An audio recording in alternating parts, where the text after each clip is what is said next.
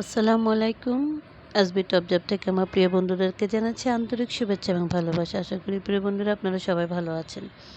প্রিয় বন্ধুরা, আপনাদের জন্য আজকের পর্বে আমি দেখাবো ছোট মাছ, বিশেষ করে কাচকি মাছ কীভাবে রান্না করে এবং খুব সুস্বাদু হয় তা দেখানো হবে। অবশ্যই আমি রান্না করব না, আমার শাশুড়ি রান্না করব, আমি ভিডিও করেছি। আশা করি পুরো ভিডিওটা না টেনে দেখার আমন্ত্রণ রইল, আর লাইক কমেন্টস করে পাশে থাকবেন। প্রিয় বন্ধুরা, একটা কড়াইতে তেল দিয়েছি পরিমাণ মতন, তার সাথে আপনার যতটুকু আপনি পেঁয়াজ খাবেন পেঁয়াজটা দিয়েছি, দিয়ে এটাকে স্লাইড আপনার বাদামি কালার করব। আমি ফুল আঁচ বাড়িয়ে দিয়েছি চুলার। এখন আমি এটার সাথে অ্যাড করব আপনার লবণ। আমি হলুদ এখন দিচ্ছি না, লবণটা অ্যাড করব। তার সাথে আপনার অ্যাড করবেন আপনার এই যে আদা পেস্ট, রসুন পেস্ট, আদা পেস্ট আপনার পরিমাণ মতন দেবেন। বেশি দিলে আপনার কি হয়, গন্ধ চলে আসে। তো গন্ধ আসলে অনেক সময় খেতে ভালো লাগে না, অনেকেরই পছন্দ না। তবে আদা দিলে আপনার ফ্লেভারটার টেস্ট মানে ফ্লেভারটা অনেক সুন্দর আসে। আমি দেখতেই পাচ্ছেন বন্ধুরা, লবণ দিয়েছি, তখন আদা দিব আর হচ্ছে রসুন পেস্ট দিব। অনেক সময় আস্তে আস্তে রসুনও দিয়েছি আমি, মানে ছোট ছোট কোয়া করে, কোয়াটা মানে উপরে রসুনের উপরে যে চামড়াটা ফেলে দিয়ে, খোসাটা ফেলে দিয়ে আমি রসুনটা দিয়েছি।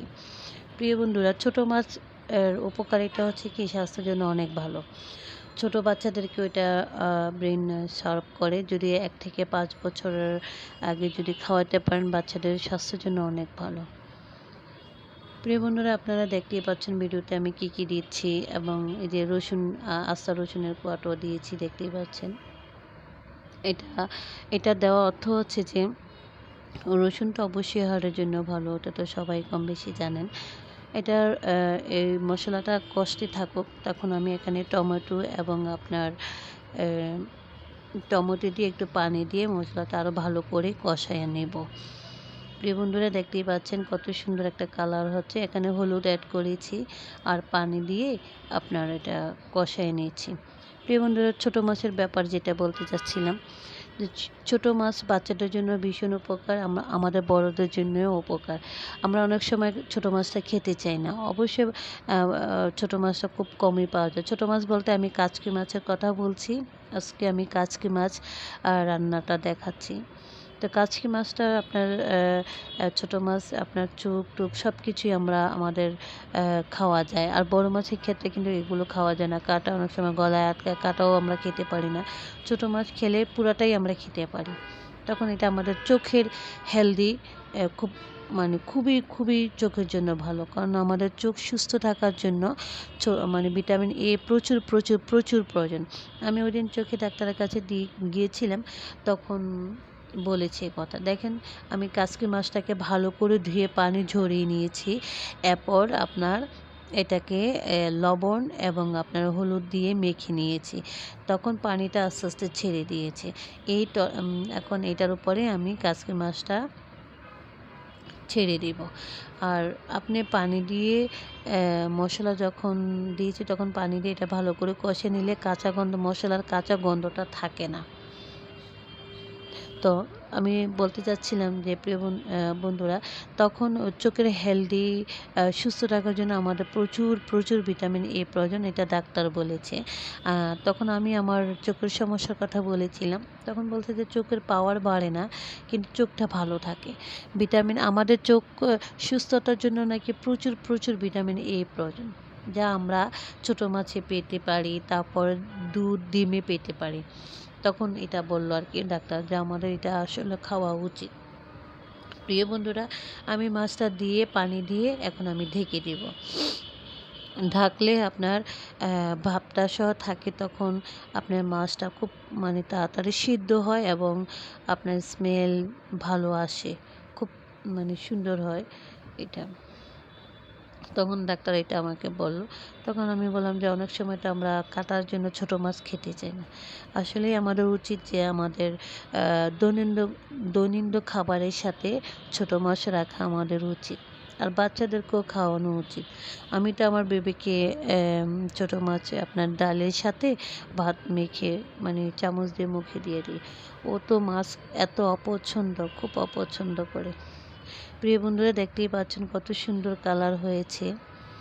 একটু আমি নেড়ে দিচ্ছি, আমার শাশুড়ি নেড়ে দিচ্ছে, আমি ভিডিও করছি আর কি।